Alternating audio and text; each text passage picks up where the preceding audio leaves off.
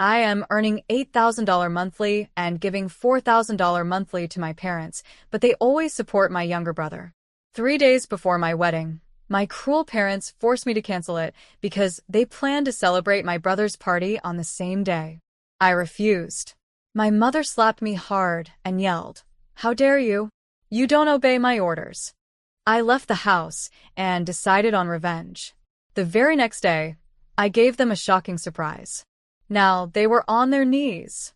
I'm Lily, and I've always been the one who kept my family going.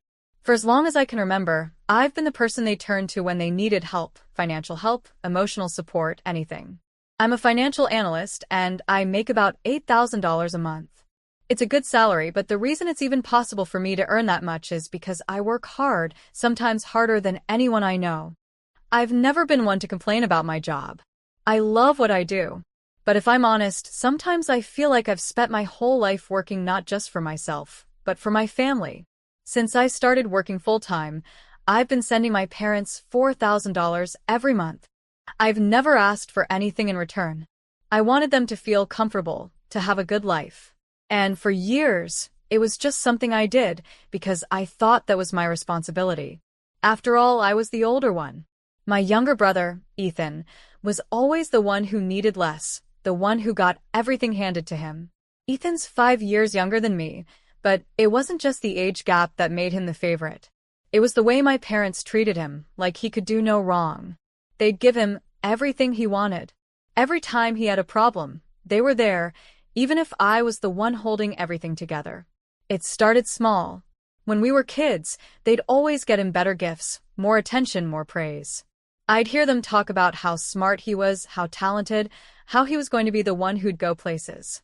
Meanwhile, I was the practical one, the sensible one, the one who was expected to just do her part, not make waves. And I did, for years. I never questioned it, even when I felt invisible. I just kept giving, kept doing, and stayed out of the way.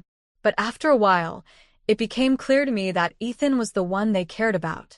The more I gave, the more they took, and the less they noticed me. I didn't expect grand gestures of affection from them, but I did expect to be seen. I never was. It was always Ethan's dreams that were important, his needs that came first. Even when it came to things like birthday celebrations or family events, it was all about him. The family would come together for him, and I'd be left to deal with everything else. It was frustrating, but it was the reality I knew. I spent years building my life around my family's expectations of me. They relied on me, emotionally, financially, in every way, and I didn't mind it at first, not at all. But as the years went on, it started to hurt. I started to feel like I was nothing more than a tool for them, a means to an end. I kept giving, and they just kept taking. They never appreciated it. Not once did they ever stop and say, "Lily, thank you." Then there was David. David came into my life when I was 28. I remember meeting him at a work event. He was different from anyone I'd ever met. He didn't need me to be anything other than who I was. He accepted me without expectations, without demands. He was kind, thoughtful, and supportive in ways I hadn't known I needed. Over time, we became inseparable. We talked about everything, our dreams, our struggles, the future we hoped to build together. I felt like I could finally breathe. For the first time in my life, I wasn't just Lily, the dependable one. I was Lily, the woman in love, with someone who loved me back in a way that felt real. David and I started planning our wedding about 6 months ago. It was the first thing I'd done for myself in a long time. It was my moment, my chance to create something beautiful, something that was just mine. We found the perfect venue, a lovely spot near the water, and we began making the arrangements. I was so excited. But of course, my family's presence hung over everything. My mom called me a few days ago, and everything changed. I'll never forget that call. I was sitting in my living room, scrolling through the final details for the wedding when my phone buzzed. It was my mom. She didn't even wait for me to say hello. "Lily, I need you to cancel your wedding," she said. I froze. "What? Mom, what are you talking about?" "It's Ethan's birthday that weekend," she continued, as if this was perfectly reasonable. "We can't have a wedding on the same day." It's too much for everyone. I want you to move it to next year. It's the only way. I was in shock. I couldn't believe what I was hearing. Mom, no, I can't. I've already made all the plans. We've been looking forward to this for months. She didn't care. You don't understand. Ethan's birthday is important. He's my son, and you know how much he needs us right now. I tried to explain. I tried to tell her that this was my wedding, the biggest moment of my life. But she just kept repeating that Ethan came first. Then she dropped the bombshell. If you don't cancel it, Lily, you'll regret it. You have 24 hours. My heart raced as I stood there, phone still pressed to my ear. The ultimatum. She was serious. I had never felt so small, so insignificant. How could she do this to me? After everything I had done for them, this was how they repaid me? By demanding that I cancel my wedding for Ethan's birthday? I tried to hold back my tears, but the frustration and hurt overwhelmed me. I hung up the phone, feeling completely numb. This was it, the moment I realized that nothing would ever change. No matter how much I gave, I would always be second to Ethan. I can't even describe how I felt after that phone call. I sat there in silence, trying to make sense of what my mom had said. I was shaken, stunned, and honestly, I felt completely crushed. My whole life, I had given so much to my family.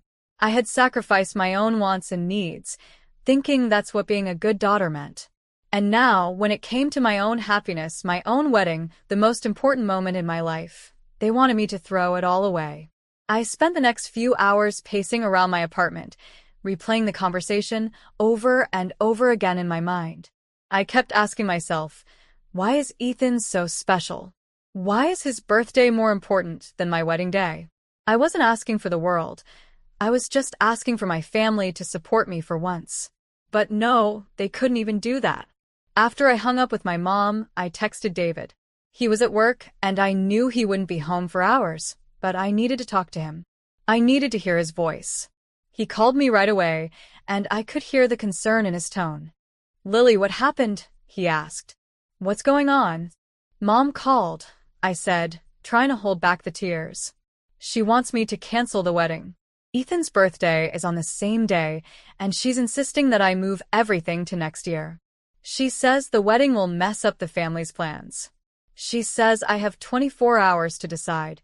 I could hear the anger building in his voice. That's ridiculous. You've been planning this for months. You've made all the arrangements. How can they just ask you to cancel everything because of Ethan's birthday? I don't know, I whispered. It's not just about the wedding. It's about everything. I've spent my whole life being second to him. I've done everything they've asked, supported them financially, emotionally, and this is how they repay me. David's voice softened. Lily, you don't deserve this. You've done everything for them, and they don't appreciate it. This is your moment. Don't let them take it from you. I needed to hear those words. I needed someone to tell me that I wasn't crazy for standing up for myself. For the first time in so long, I felt like someone saw me, truly saw me, not just as the dependable daughter, but as a woman with dreams and hopes of her own. We spent the rest of the evening talking, making plans. David didn't want me to cancel anything. He wanted to support me no matter what. But I also knew that I couldn't let my parents manipulate me into canceling my wedding. I had worked too hard for this day, and it was mine to have. The next morning, I called my mom back, determined not to give in. I wasn't going to let her control me anymore. I couldn't. I took a deep breath before dialing her number. Mom, I'm not canceling the wedding, I said, trying to keep my voice steady. I've made my decision. This is my wedding day, and nothing is going to change that. She was silent for a moment, and when she spoke again, her voice was cold. You're making a huge mistake, Lily. You're being selfish.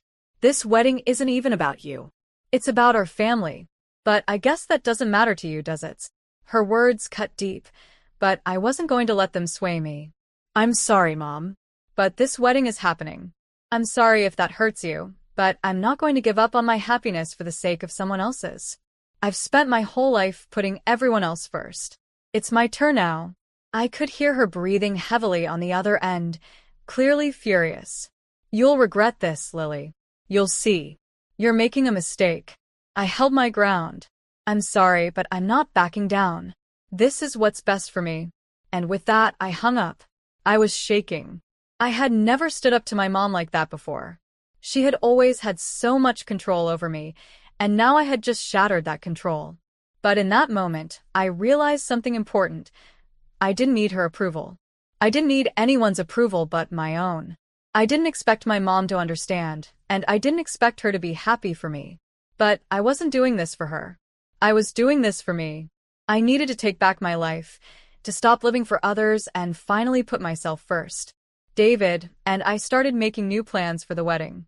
It was going to be smaller now, just close friends and a few family members who truly cared about us. No more trying to appease my parents. No more pretending everything was fine when it wasn't. The next day, I got a call from my Aunt Lucy. She had heard the rumors from my mom, and she wanted to make sure I was okay. The story my mom had spread about David and me breaking up, about us calling off the wedding, was completely false. Aunt Lucy was concerned, and she wanted to help. I explained everything to her, and she immediately offered her support. "You don't need people like that in your life, Lily," she said. "Your wedding should be a celebration of your love, not about appeasing your parents. We'll help you." I couldn't believe the support I was getting from the people who truly mattered. It felt like a weight was lifting off my shoulders. That night, David and I sat down and started making calls. We reached out to our closest friends and family, telling them the truth. I wasn't going to let my mom's lies ruin this. My wedding was happening, and I was going to make sure it was everything I dreamed it would be, on my terms. As the days passed, I felt a growing sense of peace. No matter what my family did, I was going to make this work, and I was going to do it for me. For the first time, I was choosing myself. The wedding was a whirlwind. What was supposed to be a day of celebration turned into a battle against everything I had known. But I wasn't going to let my mom's manipulation ruin it. David and I decided to go ahead with a smaller ceremony, one that was intimate and filled with people who truly cared about us. I spent the next few days pulling everything together. It was tough, but I wasn't going to let my family's drama take away my joy. I was no longer the woman who had to apologize for everything or give in to their demands. This was my time. This was about David and me and our future. David, of course, was amazing. He was by my side every step of the way. He didn't just support me emotionally, he helped with the arrangements, reaching out to our closest friends, making sure everyone knew the truth about what had happened. It was incredible to see how much David cared, how he was willing to stand with me, no questions asked. With him, I felt stronger, braver, more confident than I had ever felt before. The wedding day arrived, and I couldn't help but feel a mix of emotions. I was happy, but there was still a part of me that couldn't shake the sadness. The family I had worked so hard for, the family I had given everything to, was not there. Not because I didn't want them to be, but because they had chosen not to support me. They had chosen to put Ethan's birthday and their own selfishness ahead of me. It stung. It really did. But as I stood there, looking around at the faces of the people who had shown up for me, the people who truly cared, I realized something important. This was better. This was real. These were the people who loved me, who wanted the best for me, who weren't there because they felt obligated but because they genuinely cared.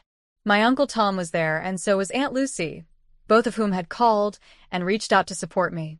Some close friends we had invited, and even David's family, were there too.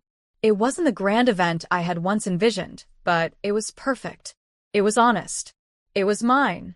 As we exchanged vows, surrounded by those who mattered, I felt a wave of peace wash over me. I wasn't just marrying David that day. I was also marrying the idea of independence, of standing up for myself, of finally choosing my happiness over anyone else's expectations. The ceremony was short, sweet, and incredibly moving. When we said our vows, I could hear David's voice crack as he promised to love me for the rest of his life. It was real. It was the most beautiful moment I had ever experienced, and I was doing it on my terms. After the ceremony, we had a small reception at a local restaurant.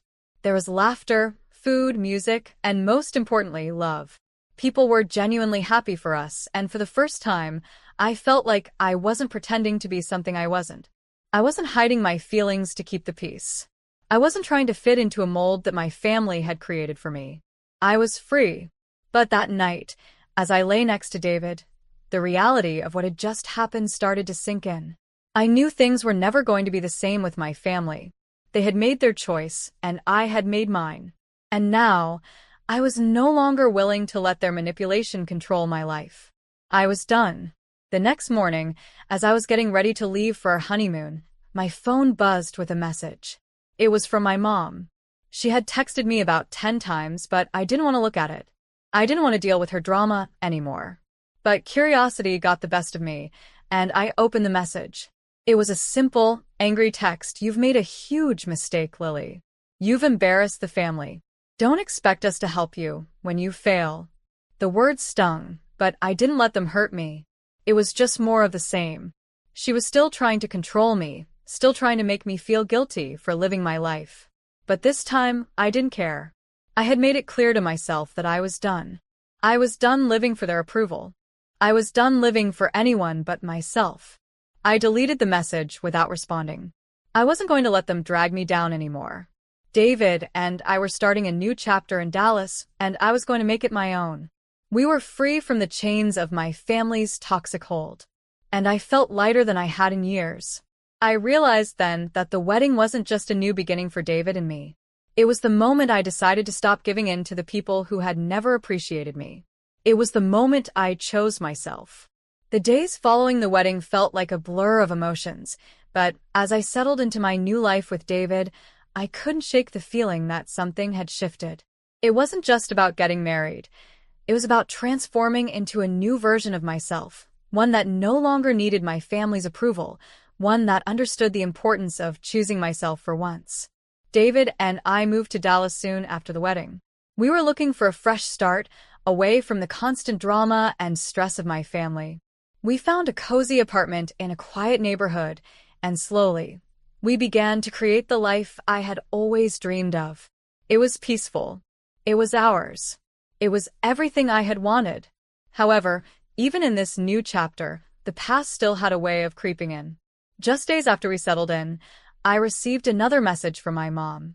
This time, it was even more aggressive. She accused me of abandoning my family and turning my back on them. Once again, she tried to make me feel guilty. I didn't even bother reading the whole message. I already knew what it would say.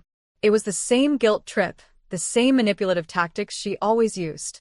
But this time, I was strong enough to ignore it. I deleted the message without hesitation and went on with my day. For the first time, I didn't feel the familiar weight of obligation pressing on me. I knew I had made the right choice. David noticed the change in me too. He could see the relief in my eyes. "I'm proud of you, Lily," he said one evening as we sat on the balcony of our apartment, gazing at the city lights. "You've come so far. You've built a life that's truly yours. You're finally free." His words hit me harder than I expected. I hadn't realized how much I'd been carrying around until it was all gone. The pressure to please my parents, the constant frustration of being second to Ethan, the emotional manipulation, it had all been so heavy. But now I was free. I didn't need their approval anymore. I had my own life, my own happiness, and that was all that mattered. Weeks went by, and life felt more like what I had always imagined it could be. David and I grew even closer, talking about our hopes for the future, starting a family, building our careers, and always supporting each other. I knew I was where I was meant to be. Then, one afternoon, I received a call from my cousin Jake. He had heard about the wedding and everything that had gone down with my parents. He called to apologize on behalf of the family. "I don't know why they did that to you, Lily," he said. "You deserve so much better than how they treated you. I'm really sorry." I hadn't expected an apology. Honestly, I didn't think I needed it. But hearing it from Jake, someone who had always been kind to me, made me realize there were still people who cared, who saw me for who I truly was. As months passed, I began to rebuild relationships with the few family members who had always supported me, Aunt Lucy, Uncle Tom, and a few good friends. They were the ones who mattered. They hadn't tried to control me, and I hadn't been just an emotional or financial support for them. These relationships grew stronger. But my relationship with my parents? That would never be the same. I couldn't forget what they had done. They had tried to manipulate me into canceling my wedding, and they had always placed Ethan above me. No matter how much I wanted to fix things, I knew deep down that I couldn't return to that toxic cycle. One day, I saw a message from my mom. It was simple: "I miss you, Lily. Please call me." I stared at the screen, the familiar tug of guilt pulling at me. But I knew what I had fought for. I had chosen my happiness, my independence. I wasn't going back. I replied, "I'm happy with the life I've built. I can't go back to what it was. I need to move forward." In that moment, I felt peace. I had made the choice to let go of the past, and as I looked at my life with David, I knew I was truly free. For the first time in my life, I was living for myself, and that was worth everything. This story is titled, "My Psycho-Biological Sister Falsely Accused Me of SA. Now the truth came out, and they want to reconcile." Hey everyone, we put a lot of time and effort into finding these stories to keep bringing you the best content. If you enjoy what I do, it would mean the world if you hit that subscribe button. Your support really makes all the difference and keeps this journey going strong. Thanks so much for being here with me. Now let's start the video. OP starts by saying, "When I think back to the moment my life changed, it doesn't feel real. It's like watching a slow-motion car crash. You know what's coming, but you can't do anything to stop it. I was 18, living on a military base in Japan with my dad, his third wife Maria, my biological sister Lily, 15, and 3 younger stepsisters. Life wasn't perfect, far from it, but it was predictable. That predictability, however, shattered one quiet Sunday afternoon. I was in my room, working on a history essay that wasn't due for another week. I liked being ahead of deadlines, partly because school gave me a sense of control, and partly because it kept me away from Lily. Our relationship had always been rocky. We were like oil and water. She was loud, impulsive, and always seeking attention, while I preferred solitude and order. Our fights were legendary, from screaming matches over stolen phone chargers to full-blown Cold Wars over the TV remote. But for all our differences, I never thought she'd go as far as she did. That day, my dad called me into his office. His voice was serious, the kind of tone that made your stomach drop. I walked in to find Maria sitting stiffly in one of the chairs. Her usual warm smile was gone, replaced by a tight-lipped expression that screamed discomfort. My dad gestured for me to sit. "We need to talk," he began, his voice heavy. "It's about your sister." I froze.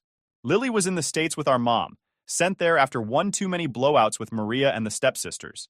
She hadn't been gone long, maybe 6 months, and though her absence had brought a strange calm to the house, I hadn't given her much thought. Now dread started creeping in. "She's made an accusation," Maria chimed in, her voice hesitant. She's saying you hurt her." I frowned, confused. Hurt her? How? What could she possibly mean? Before I could ask, my dad dropped the bombshell. "She's accusing you of sexual assault," he said bluntly. For a moment, the words didn't register. I stared at them, my mind scrambling to make sense of what I'd just heard.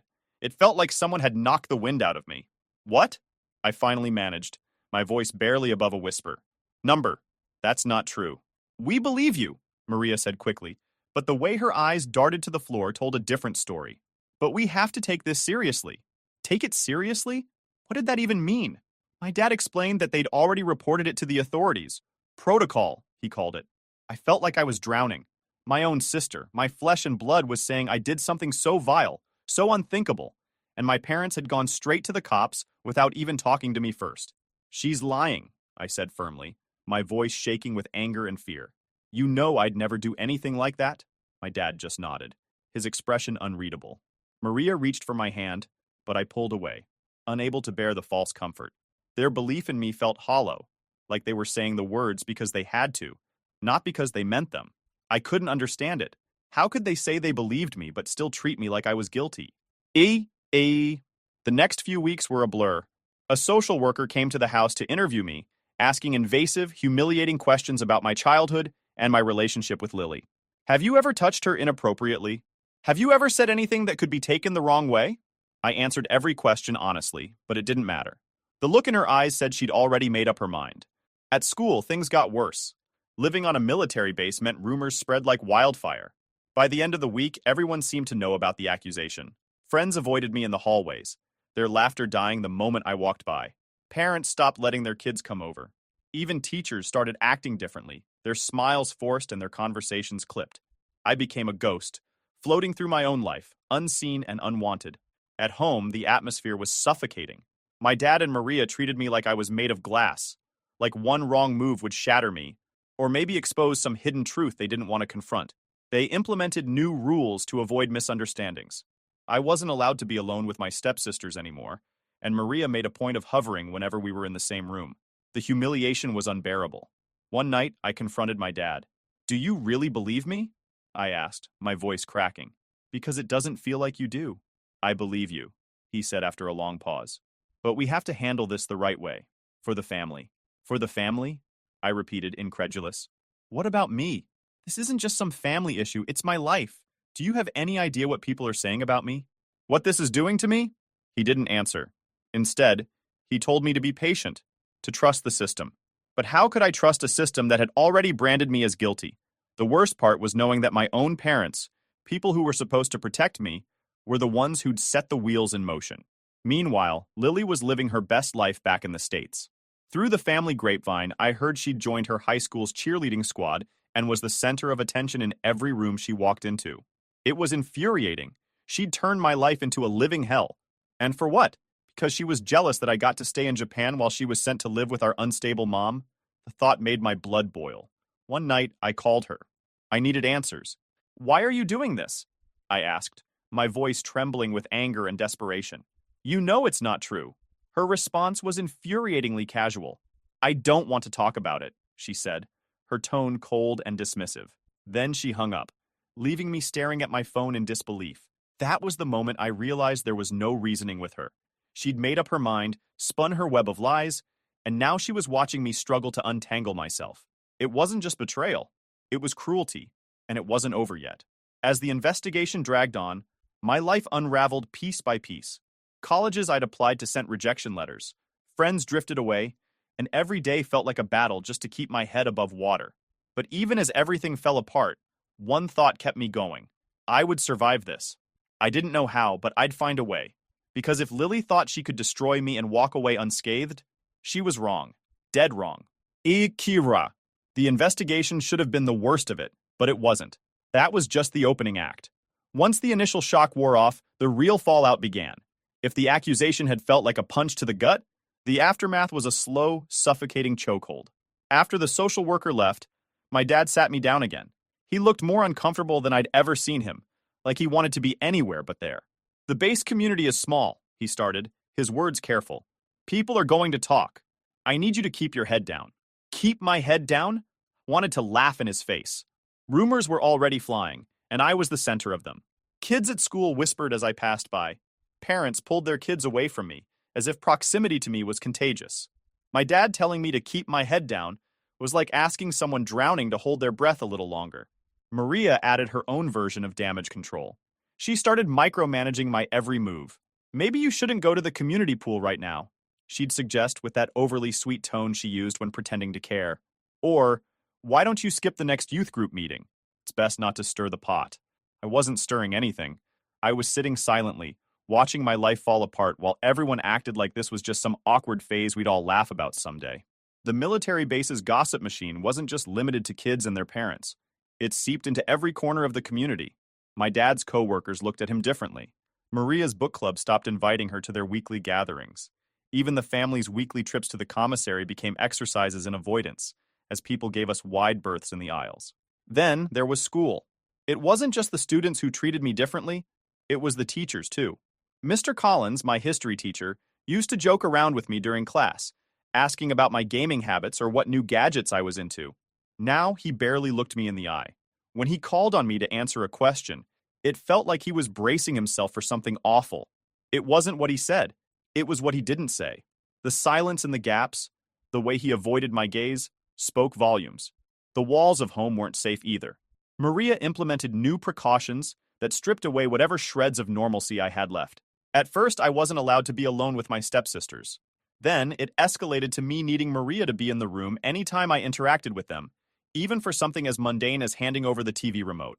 "It's not about you," she said one night, as if that made it better. "It's about appearances." Appearances. That word had started to haunt me. It wasn't about truth or justice.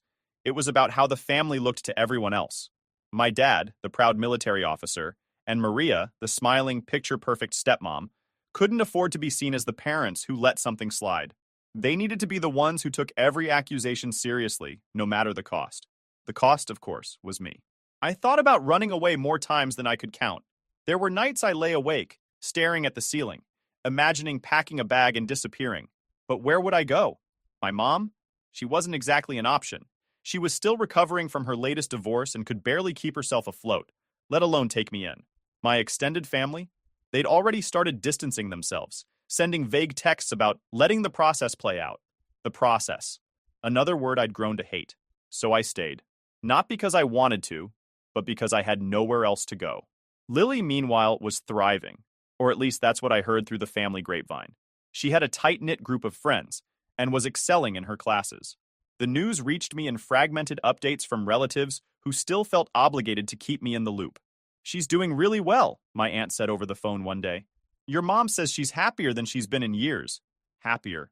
That word was a knife to the gut. While my life was crumbling, Lily was out there living her best life, the center of attention like she'd always wanted. It wasn't fair. None of it was. As the weeks turned into months, the investigation dragged on. No charges had been filed, yet, but the threat loomed over me like a storm cloud. Every time the phone rang, I flinched, expecting the worst. I avoided looking at the mailbox, terrified of finding a letter from some authority demanding I appear in court. The uncertainty was worse than anything else.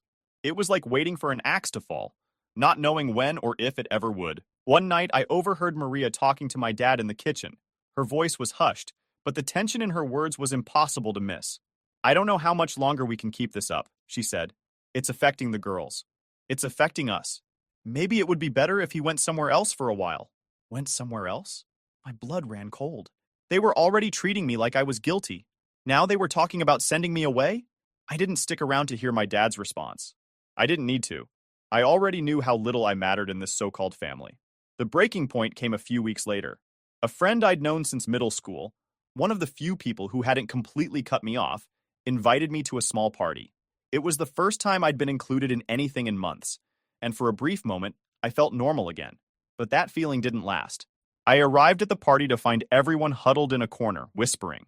When they saw me, the whispers stopped, and the room went uncomfortably silent. My stomach sank as I realized why. Someone had brought up the accusation. "Hey, I didn't know you were coming," the host said awkwardly, scratching the back of his neck. "Listen, man, some of the parents, they're not cool with you being here." I stared at him, stunned. "Parents? Thought this was just us." "Yeah, but, word gets around. Word gets around." That was it. That was all it took to unravel whatever fragile connection I still had to my old life. I left the party without saying another word, my chest tight with anger and shame. That was the moment I realized there was no going back. Whatever life I'd had before Lily's lie was gone, and no amount of denial or patience would bring it back. Ich stop I. Back at home, I sat on my bed and stared at the ceiling, the weight of everything pressing down on me. I couldn't stay here. I couldn't keep living like this, surrounded by people who saw me as a problem to be managed. But what choice did I have? I grabbed my phone and pulled up the message from my uncle, the only family member who had consistently reached out. "If you need a place to stay, our door is always open," he'd written a few weeks ago. I hesitated, my finger hovering over the screen. Leaving meant giving up. It meant admitting that Lily's lie had won, that she'd succeeded in driving me out. But staying meant losing myself entirely. With a deep breath, I hit reply. Leaving wasn't easy. It wasn't dramatic either. No slammed doors, no screaming matches. Just me, a packed duffel bag, and a goodbye note left on the kitchen counter. I didn't have the energy for a confrontation, and I doubted it would have made a difference. They didn't want me there, not really, and I couldn't survive another day feeling like an unwelcome guest in my own home. I caught the earliest bus off the base and headed straight to my uncle's place in Okinawa. The trip was a blur of anxiety and second-guessing. What if they didn't really mean it when they said I could stay? What if I showed up and they turned me away, like everyone else seemed to? But when I knocked on the door, my aunt answered with a smile that almost made me break down right there on the porch. "Come in," she said, pulling me into a hug. "You're safe here." Safe. I hadn't felt that in months. Living with my aunt and uncle was like stepping into a parallel universe. For the first time in what felt like forever, I wasn't walking on eggshells. They didn't look at me like I was broken or dangerous. They asked how I was doing, how they could help. It was overwhelming in the best way, but the relief was short-lived. The investigation wasn't over, and even though I was miles away from my dad's house, the weight of it still hung over me. Every time my phone buzzed, my heart jumped into my throat. Every time I saw a military officer or someone in uniform, I felt like they were there to drag me away. The constant fear was exhausting. One day, my uncle sat me down after dinner. He was a quiet man, not one for long speeches, but when he spoke, you listened. Look, he said, I know this isn't fair.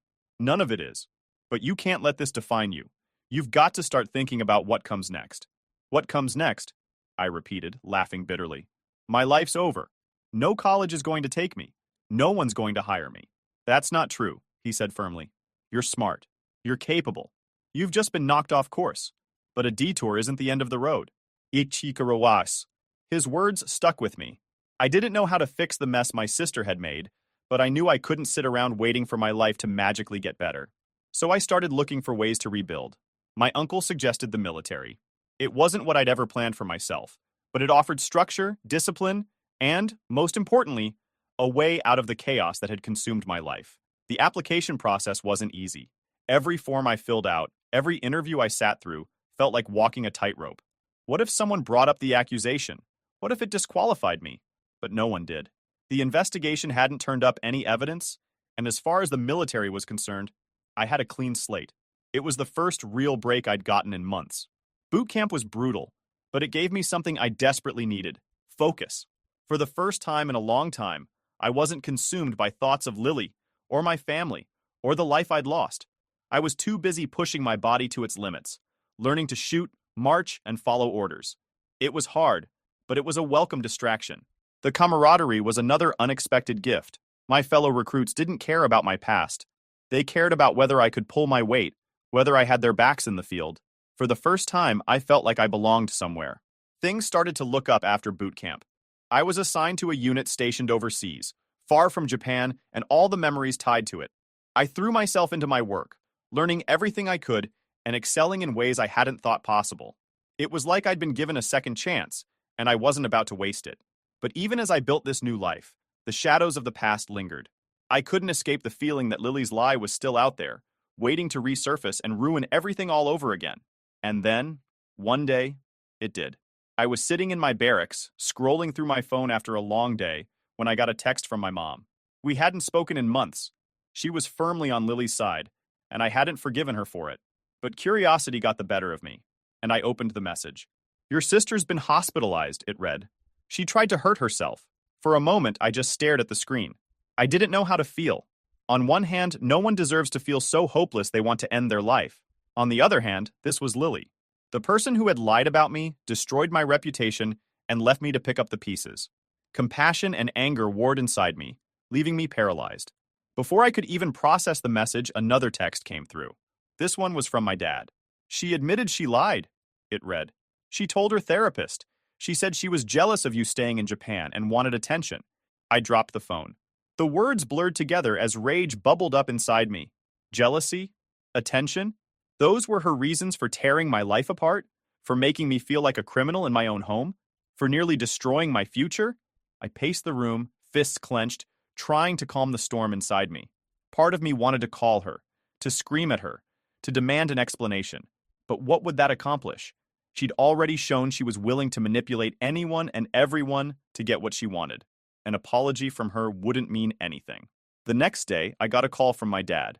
I almost didn't answer, but curiosity got the better of me. She's struggling, he said, his voice heavy. She feels terrible about what she did. She's asking for your forgiveness. I laughed bitterly. Forgiveness? That's rich. Did she feel terrible while I was being interrogated by a social worker? Did she feel terrible when I lost all my friends? Or when I couldn't get into college? Yeah, no thanks. She's your sister, he said, as if that absolved her of everything. She's young.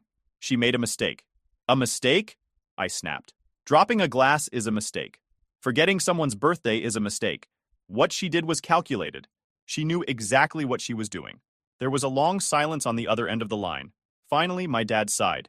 You don't have to forgive her, but maybe think about what holding on to this anger is doing to you. I hung up without responding. I didn't need his lectures. What I needed was to keep moving forward, to keep building the life Lily had tried to take from me. Back at base, I threw myself into work with renewed determination. If my family wanted to dwell on the past, that was their choice. But I had no intention of letting them drag me back into the chaos. I was done being their scapegoat. From now on, my life was mine, and I was going to make the most of it. The months after my dad's call felt like a turning point. For the first time, I wasn't looking over my shoulder, waiting for the next piece of fallout to hit. Lily's admission to her therapist had exonerated me in the eyes of the authorities. Not that they ever publicly cleared my name, of course. The stain of the accusation was still there, but at least I wasn't living under the threat of legal action anymore. I doubled down on my work. My superiors noticed too. I started earning promotions, slowly climbing the ranks and gaining responsibilities that challenged me in ways I hadn't expected. Leadership came naturally, and for the first time in years, I felt capable, like I wasn't just surviving, but thriving. Every small victory felt like reclaiming a piece of the life I'd lost. But even as I built something new, the past had a way of creeping in. It started with the messages. They came sporadically at first. Texts from Lily, always vague and emotional. "I need to talk to you. Please, I'm sorry. I just want to make things right." I ignored every one of them. What was there to say? Words couldn't undo the damage she'd done, and I wasn't interested in hearing her excuses. Then came the calls. They were less frequent, but more desperate. She'd leave voicemails, her voice shaky and raw. "I know I don't deserve your forgiveness, but I'm trying to be better. Please, just give me a chance to explain." Explain? What was there to explain? She'd already admitted the truth. She lied because she was jealous, because she wanted attention, because she couldn't stand seeing me happy. There wasn't some hidden, noble reason behind her actions. She'd been selfish and cruel, and now she was dealing with the consequences. One night, after a particularly long day, I decided to listen to one of her voicemails. Not because I cared, but because I wanted closure. I wanted to hear her voice, hear her excuses, and confirm that I was right to keep her out of my life. "Hey," she began, her voice trembling. "I know you hate me, and you have every right to. I messed up more than I can ever say. I was stupid and selfish, and I didn't think about what I was doing to you. I felt like I was losing everything, and I wanted someone to blame. I know that's not an excuse. I'm sorry. I'm so sorry." For a moment, I didn't feel anger. I didn't feel anything. Her words washed over me, hollow and meaningless. An apology couldn't erase what she'd done. It couldn't give me back the friendships, the opportunities, the time I'd lost. And it definitely couldn't rebuild the trust she'd shattered. I deleted the message. Life continued to move forward. My work took me to new places. Conferences, collaborations, even leadership training programs that put me on track for a future I hadn't thought possible. I started taking online classes in software engineering, combining my military skills with my passion for coding. It was exhausting but rewarding, a reminder that I was capable of more than Lily's lie had tried to define me as. As I built my career, I began to reconnect with the idea of happiness. I traveled during my time off, exploring cities I'd only ever seen in photos. I made friends who didn't know anything about my past, people who saw me for who I was now, not who my sister's lies had painted me as. It felt like freedom. But the past wasn't done with me yet. One evening, as I was settling into my apartment after a long day, my phone buzzed with a text from my mom. We hadn't spoken in months. My choice, not hers. But the message caught my attention. "Lily is in trouble," it read. "She needs your help." I stared at the screen, conflicted. Part of me wanted to ignore it, to let Lily handle her own mess for once. But curiosity got the better of me, and I typed back a terse response. "What kind of trouble?" The reply came quickly. "She's struggling to stay afloat. She's lost her job, she's behind on rent, and she doesn't know what to do. She wants to talk to you." I set the phone down and walked away. The audacity of it all was staggering. She'd ruined my life, and now she wanted my help to fix hers? It was almost laughable. 2 days later, Lily herself reached out. This time, it wasn't a text or a voicemail. It was a video call. Against my better judgment, I answered. Her face appeared on the screen, thinner and more haggard than I remembered. Her once bright eyes were dull, ringed with dark circles that told the story of sleepless nights. She looked broken. "I don't want to bother you," she began, her voice small. But I didn't know who else to call. I didn't respond, waiting for her to continue. "I messed up," she admitted, her voice cracking. "Not just with you, but with everything. I've burned bridges with everyone else. Mom can't help, and Dad, he won't even talk to me anymore. I'm at rock bottom, and I don't know what to do." I stared at her, the silence stretching between us. Part of me wanted to feel pity, to reach out and offer her some kind of lifeline.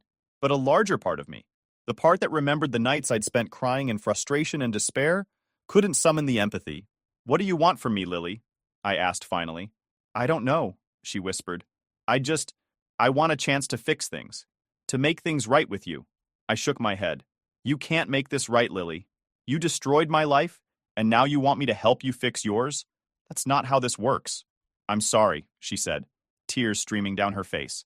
"I don't expect you to forgive me. I don't know what to do." I took a deep breath, forcing myself to stay calm. "Figure it out, like I had to. You made your choices, Lily, and now you're living with the consequences. That's not my responsibility." Her sobs grew louder, but I didn't waver. For once, I was putting myself first. "I hope you find your way," I said quietly. "But you're not going to find it with me." And with that, I ended the call. Isasakrusa. For the first time in years, I felt a sense of finality. Lily was no longer a weight I had to carry, no longer a storm cloud looming over my life. I had finally closed the door on the chapter she'd tried to write for me, and I was ready to move forward. For good. Life moved on. My work kept me busy, my projects thrived, and for the first time in years, I felt like I wasn't tethered to the past. I stopped checking for messages from family, stopped wondering if they'd change, stopped hoping for some kind of resolution. I didn't need their closure anymore. I'd made my own. One evening, as I wrapped up work on an app I'd been designing, I realized I hadn't thought about Lily in weeks. Not out of bitterness, but because my life had finally outgrown the shadow of her lies. She was just a part of my story now, not the whole thing. I've built something I'm proud of. My career, my friendships, and my independence aren't things anyone gave me. They're things I earned. And as I look ahead, I know my focus is where it should be, forward. So yeah, that's where I'm at now, Reddit. My life isn't some grand redemption arc, and I'm okay with that. I'm not trying to rise above or prove anything to anyone. I'm just living. And honestly, it's enough. Lily hasn't reached out again since that last call, and the rest of my family has mostly fallen silent too. I guess they finally realized I'm not coming back. It's not about holding grudges, it's about boundaries. I don't hate them. I just don't need them in my life anymore. On our first wedding anniversary, everything fell apart. My mother-in-law stood up in front of everyone and accused me of stealing her luxury gold watch. My husband silenced the room, demanding I return it immediately. Furious, I shouted, "How dare you accuse me?" But before I could say more, he struck me hard across the face and called the police. I was dragged away in handcuffs while they laughed at my humiliation. But they never expected what happened next, because I came back the very next day with a surprise that turned their world upside down. My name is Sophia, and this is the story of how my life took a turn I could never have imagined. It all started 2 years ago when I married Ethan. I was 28, full of hope, and madly in love. Ethan, a 30-year-old banker, seemed like the perfect partner, kind, supportive, and driven. I had inherited a beautiful house from my parents, and the thought of starting a life together in that home felt like the beginning of a fairy tale. At first, everything seemed perfect. Ethan and I settled into the house, and for a while, it was just the two of us. Then came Margaret, Ethan's mother. Margaret, a wealthy socialite with a penchant for control, decided to move into the guest suite temporarily. She said it was to help us adjust to married life. But looking back, I realize it was her first step in asserting dominance over our lives. Margaret was not an easy woman to please. She had a way of making you feel small without ever raising her voice. At every turn, she criticized me, my cooking, my decorating, even the way I handled household finances. "Sophia," she'd say with a sharp tone, "you really think this shade of blue suits the living room? It's so juvenile." Ethan would laugh it off, telling me not to take her too seriously, but her words cut deep. I tried my best to keep the peace, thinking things would improve with time.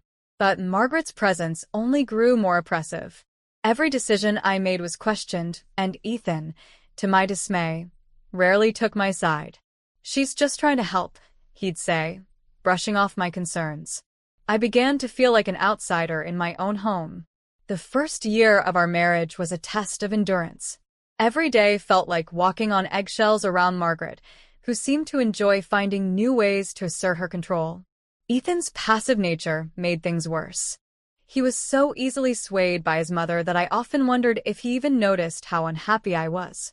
But I loved him, and I held on, hoping things would change. Then came our first wedding anniversary, a day I had envisioned as a celebration of love and resilience. Ethan and I decided to host a grand party at our home. Margaret was, of course, heavily involved in the planning. "Leave it to me," she said with a smile that didn't reach her eyes. I wanted the day to be special, so I reluctantly let her take charge. The party was beautiful. Margaret spared no expense. Guests filled our home, laughing, dancing, and toasting to our one-year milestone. I almost felt happy. Then everything changed. It started subtly. Margaret's icy smile became more pronounced as the evening went on. She mingled with the guests, her voice just loud enough for me to hear snippets of her conversations. "Sophia's lucky to have Ethan," she'd say, her tone dripping with condescension. I ignored it, reminding myself that this was our celebration, not hers.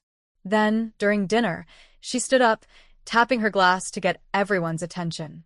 "I have something important to say," she announced, her voice commanding silence in the room.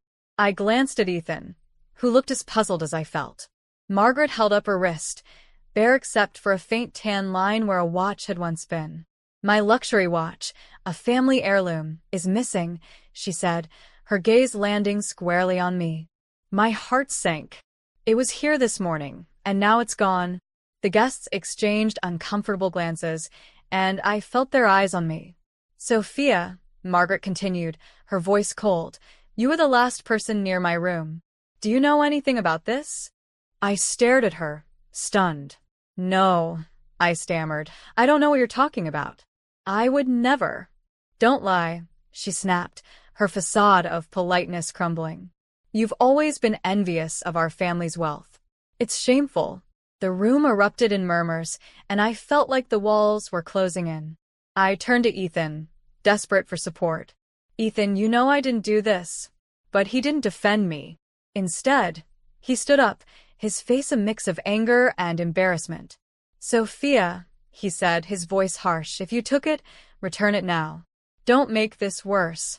"I didn't take anything," I cried, tears streaming down my face. "How can you believe this?" Ethan's response was swift and shocking. In front of everyone, he struck me hard across the face. Gasps filled the room as I staggered backward, clutching my cheek. "Enough lies," he shouted. "I'll call the police." Before I could process what was happening, the police arrived. Ethan accused me of theft, and despite my protests, they handcuffed me and led me out of my own home. The last thing I saw before the doors closed behind me was Margaret's triumphant smirk and Ethan's cold, unforgiving eyes. As I sat in the police car, tears blurring my vision, one thought burned in my mind. This was not the life I had signed up for. I had been betrayed by the man I loved and humiliated in front of everyone. But deep inside, a spark of determination began to flicker.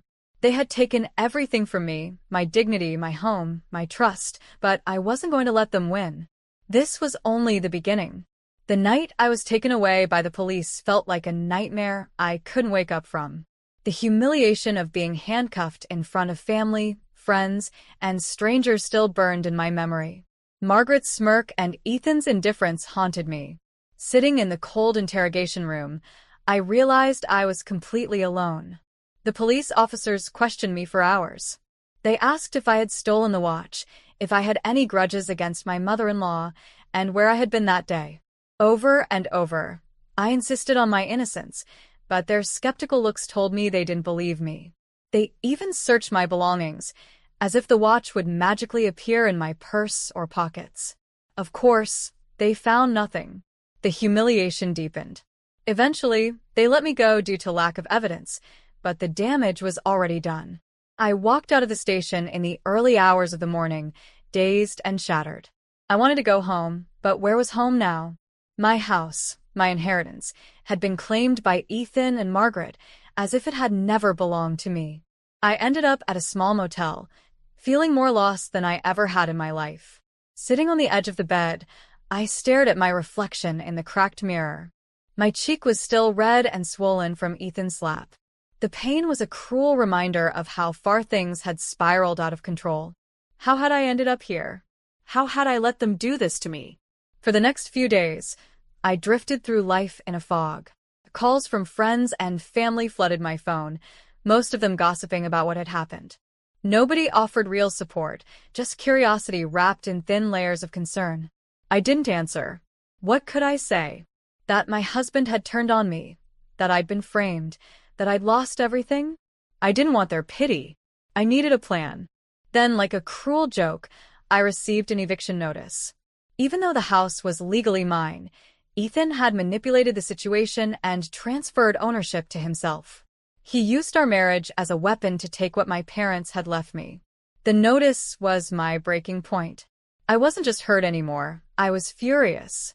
They had humiliated me, stolen my home, and tried to paint me as a thief. But I wasn't going to let them win. Something inside me shifted that day. I wasn't going to be their victim. I was going to fight back. The first step was filing a police report against Ethan and Margaret. I walked into the same station where I had been interrogated and told the officers everything. I told them how Margaret had falsely accused me, how Ethan had struck me, and how they had fraudulently taken over my inheritance. The officers listened, but I could see the doubt in their eyes. It was obvious they thought it was just a domestic squabble. But I wasn't going to let them dismiss me. This isn't just about me, I said firmly. It's about justice. They've stolen everything I have, and I can prove it. That's when I was introduced to Detective Laura Reed, a no-nonsense investigator who immediately took my case seriously. Laura was in her early 40s, sharp and methodical, with a calm demeanor that put me at ease. She promised to look into my claims, but warned me that it would take time to build a case. They sound clever, she said. But clever people leave trails. Over the next few weeks, Laura and her team worked tirelessly. They combed through financial records, legal documents, and witness statements. I provided them with everything I had, emails, bank statements, even texts from Ethan that hinted at his plans to take control of the house. It was a slow and grueling process, but I felt a sense of purpose for the first time in weeks. During this time, I also began to regain my confidence. I found support in unexpected places, like the kind woman who ran the motel I was staying in.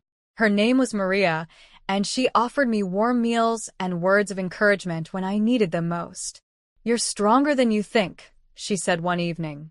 "Don't let them take that away from you." One day, Laura called me with a breakthrough. "Sophia," she said, her voice tinged with excitement, "we've found something. Ethan and Margaret have been siphoning money from your accounts into a separate trust. They've been covering their tracks well, but we have enough evidence to proceed." Hearing those words felt like a lifeline. For the first time, I saw a glimmer of hope. Laura explained that they would need more time to build an airtight case, but I was finally starting to see the cracks in Ethan and Margaret's perfect facade. It wasn't just about the money or the house anymore. It was about reclaiming my life and standing up for myself. They had tried to destroy me, but I was still standing. And I wasn't going to stop until I saw them face justice. As the days turned into weeks, I prepared myself for what was to come. The case was getting stronger, but I knew Ethan and Margaret wouldn't go down without a fight. I was ready for them. For the first time in months, I felt a sense of control. They had underestimated me, and soon, they would regret it. This wasn't just about survival anymore. It was about revenge. The weeks that followed were some of the most challenging of my life, but they were also filled with a sense of purpose I hadn't felt in a long time. Detective Laura Reed and her team worked tirelessly to uncover the truth. Every new piece of evidence they found felt like a small victory, a step closer to reclaiming what had been stolen from me. Laura kept me updated regularly, and each time we met, she brought news that strengthened the case. One day, she sat across from me in her small, cluttered office and slid a folder across the desk. "Sophia, this is big," she said. "We've traced significant amounts of money being transferred from your personal accounts to an offshore account linked to Ethan." I opened the folder and saw the damning evidence laid out in black and white. Ethan had been systematically stealing from me, using our shared accounts to funnel my inheritance into his name. I felt a mix of anger and relief. It was painful to see how far he'd gone to betray me, but it was also proof that I wasn't imagining things. Laura leaned back in her chair, her sharp eyes studying me. We're also looking into Margaret's involvement. From what we've gathered, she's been orchestrating this from the start. She manipulated Ethan and used him to do her dirty work. Hearing that confirmed what I had always suspected. Margaret had never accepted me, and she had done everything in her power to tear me down. But now, the tables were starting to turn. As the investigation continued, I found myself reflecting on my marriage. How had I not seen this coming? How had I allowed Ethan and Margaret to take control of my life? The truth was, I had been so blinded by love that I ignored the red flags. Ethan's inability to stand up to his mother, Margaret's constant belittling, it was all there from the beginning. I just didn't want to see it. One evening, as I sat in my motel room, I received a call from Laura. "Sophia," she said, her voice serious, "we've found something else. Ethan and Margaret have been trying to sell the house. They've listed it under a fake name to avoid suspicion." My heart sank. The house wasn't just a building to me. It was the last piece of my parents' legacy. The thought of them profiting from it made my blood boil. "Can we stop them?" I asked, my voice trembling with anger. "Yes," Laura said firmly. "We've already filed an injunction to freeze the sale. They can't touch the property until this case is resolved." That was the moment I realized how important it was to keep fighting. This wasn't just about me anymore. It was about protecting my parents' memory and ensuring that Ethan and Margaret didn't get away with their cruelty. The next major breakthrough came when Laura's team uncovered emails between Ethan and Margaret. In these emails, Margaret explicitly instructed Ethan on how to manipulate me into signing over the house. Her words were cold and calculating, with no regard for the damage they were causing. "You see, Sophia," Laura said as she showed me the emails, "this isn't just about fraud. It's about emotional abuse, too. They planned this from the start." I felt a surge of anger as I read Margaret's words. She had always presented herself as a sophisticated, well-mannered woman, but these emails revealed her true nature. She was a schemer, a manipulator, and a liar. And now, the world would see her for who she really was. The case finally went to court, and I was both nervous and determined. Walking into that courtroom was one of the hardest things I'd ever done, but I knew I had no choice. Ethan and Margaret were there, sitting smugly at the defendant's table. Margaret's cold gaze met mine, and I could see the disdain in her eyes. Ethan looked uneasy, but he avoided making eye contact with me. The trial was intense. Laura and her team presented the evidence meticulously, leaving no room for doubt. They showed the financial records, the forged documents, and the incriminating emails. Witnesses were called, including friends and acquaintances who testified about Margaret's manipulative behavior and Ethan's questionable actions. Sitting in that courtroom, I felt a mix of emotions. There were moments when I wanted to cry, moments when I wanted to scream, and moments when I felt an overwhelming sense of pride. This was my fight, and I was finally taking back control. One of the most powerful moments came when Laura cross-examined Margaret. "Mrs. Connors," she said, her voice calm but firm, "can you explain why you accused Sophia of stealing your watch when no evidence of theft was ever found?" Margaret faltered, her composed facade cracking. I believed she had taken it," she stammered. "Believed?" Laura pressed. "Or was it a convenient way to humiliate her and justify taking over her assets?" Margaret's silence spoke volumes. The courtroom was tense, and I could feel the eyes of the jury shifting toward her with judgment. By the time the trial concluded, I knew the tide had turned. The evidence was overwhelming, and the jury saw through their lies. The prosecutor gave a closing statement that left no room for doubt. Ethan and Margaret were guilty of fraud, theft, and emotional abuse. The judge delivered the verdict swiftly. Both Ethan and Margaret were found guilty and sentenced to prison. My assets, including the house, were to be returned to me immediately. As the verdict was announced, I felt an overwhelming sense of relief. I had won. But more than that, I had reclaimed my dignity.